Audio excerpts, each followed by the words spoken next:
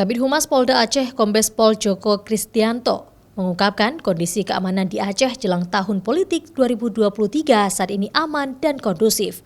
Untuk memastikan kondisi Kamtibmas di Aceh tetap terjaga hingga pemilu mendatang, Polda Aceh telah meminta Polres-Polres jajaran untuk memetakan wilayah rawan terjadinya gangguan Kamtibmas saat ini hingga jelang pemilu 2024 mendatang.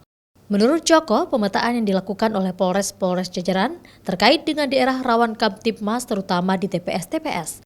Dari analisa keamanan itu, Polda Aceh menyiapkan tambahan personil BKO yang diperbantukan menjaga keamanan pada saat pemilu mendatang.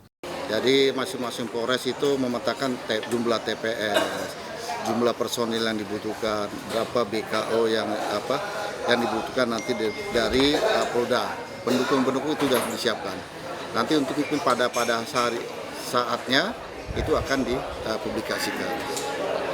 Jumlah misalnya di TPS A Losmawe membutuhkan personil sekian, bantuan BKO dari Polda Aceh sekian. Masih sedang kita mapping pemetaan dan permintaan data-data dari Polres-Polres. Sementara itu, selain antisipasi gangguan Kamtibmas jelang pemilu 2024 mendatang, Polda Aceh juga mengajak masyarakat agar tidak terpancing dengan berita-berita bohong yang disebar di media sosial, terutama yang terkait dengan pemilu, supaya Aceh tetap aman dan keamanan tetap terjaga dengan baik.